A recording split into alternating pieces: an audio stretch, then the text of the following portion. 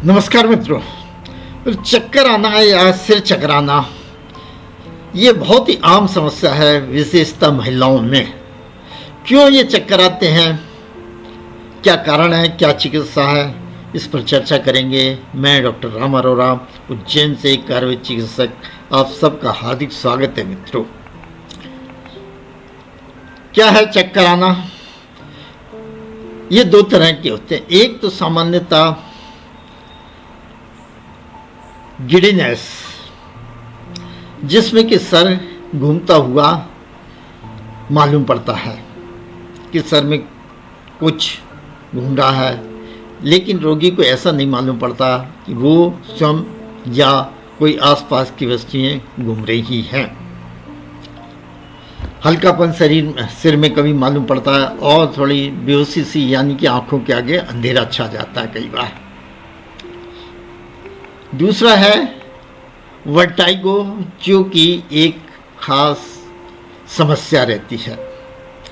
इसमें रोगी को ऐसा लगता है कि वह जैसे स्वयं घूम रहा हो या उसके आसपास कोई चीज़ें घूम रही हों, चक्कर ला रही हों। क्या कारण है इनके? इसके दो मुख्य कारण हैं। एक तो है पेरिफेरल, यानी कि कान की समस्या या अन्य समस्याओं के कारण। ये हमारे कान में सेमिसेकुलर कैनाल्स होती हैं, कई बार उसमें सूजन आ जाना, वेस्टिबुलर नर्व है उसमें सूजन आ जाना आदि कई कारण हो सकते हैं। मिनरल्स डिजीज में भी प्रायः सुनने की क्षमता कम हो जाती है, कानों में सीटी बजने जैसी आवाज़ आने लगती है, उस समस्या में भी ये चक्कर आने लगते हैं। लेब्रिंथाइटिस, लेब्रिंथ है जो एक हिस्सा कान का, उसमें सूजन आ जाना, जिसके कारण सुनने की क्षमता भी कम हो जाती है। दूसरा कारण है सेंट्रल काजेज, यानी दिमाग से संबंधित कारण। इसमें माइग्रेन वगैरह जब किसी रोगी को होता है, उसके साथ कई बार उसको चक्कर आते हैं।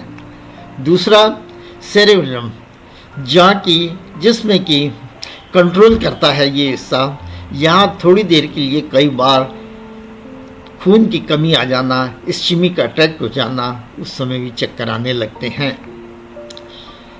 मल्टीपल स्क्लेरोसिस, ये भी एक जहाँ संतुलन करने का हिस्सा है ब्रेन का, उसमें डिमाइलिनेशन, यानी कि जो एक लेयर होती है दिमाग की, उसमें क्षय होने लगता है।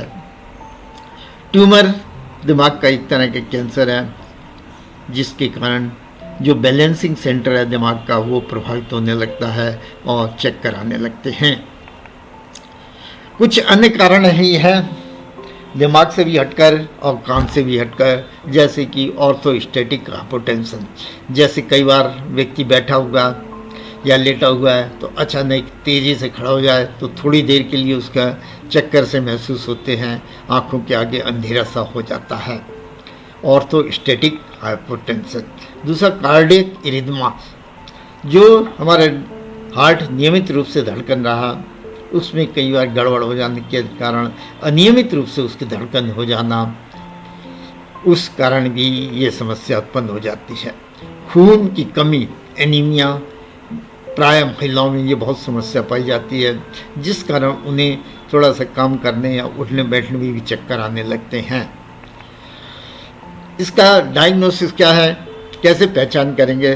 तो सबसे पहले तो उसका शारीरिक परीक्षण करेंगे, फिर कान का परीक्षण करेंगे उसका, और ज़रूरत पड़े तो कान की और दिमाग की MRI या CT स्कैन से अन्य समस्याओं का पता चल जाता है।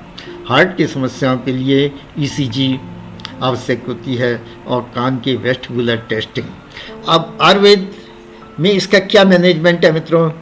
तो आयुर्वेद की नस्य प्रक्रिया, यानी कि नाक में विशेष औषधि युक्त घृत या तेल डाला जाता है, जो कि दिमाग में और कान में भी पहुंचता है और ये समस्याएं हल होने लगती हैं। सिरोधारा, चक्कर आना, नींद न आना आदि समस्याओं के लिए अत्यंत उपयोगी है। और कान में विशेष कर्णम बिंदु डालना भी कान की समस्याओं के लिए अच्छा है। आयुर्वेद के पंचकर्म बहुत ही उपयोगी है डिटॉक्सिफिकेशन यानी कि शरीर के शुद्धिकरण के लिए। और कुछ घरेलू औषधियाँ हैं जो कि इस समस्याओं से निजात दिला सकती हैं, जैसे कि अश्वगंधा है, त्रिफला है, प्रवाल पिष्टी, ब्राह्मी, शंखपुष्पी आदि। और आयुर्वेद के फॉर्मुलेशन कई तैयार दवाइयाँ हैं, धात्री लो, ब्राह्मी बटी, स्मृति सागर रस, सारस्वतारिष्ट और ज्योतिषमती मालकानी तेल आदि, जिन्हें कि शिरोधारा में उपयोग किया जाता है, नस में भी उपयोग किया जाता है और इनका सेवन भी मुंह से भी किया जाता है। इस प्रकार आप इन समस्याओं के लिए अपने चिकित्सक से परामर्श लें। तो इस प्रकार मित्रों, जो वात के कारण यानी कि आयुर्वेद के अनुसार ये जो चक्कर आते हैं वात और पित्त के कारण है। वात दोष के शमन के लिए नियमित रूप से योग प्राणायाम अत्यंत उपयोगी है।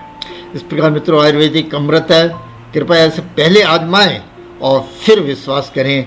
हमारी हार्दिक शुभकामनाएं। आप हमेशा सुखी रहें, स्वस्थ रहें, प्रसन्न रहें। बहुत बहुत धन्यवाद मित्रों। नमस्कार।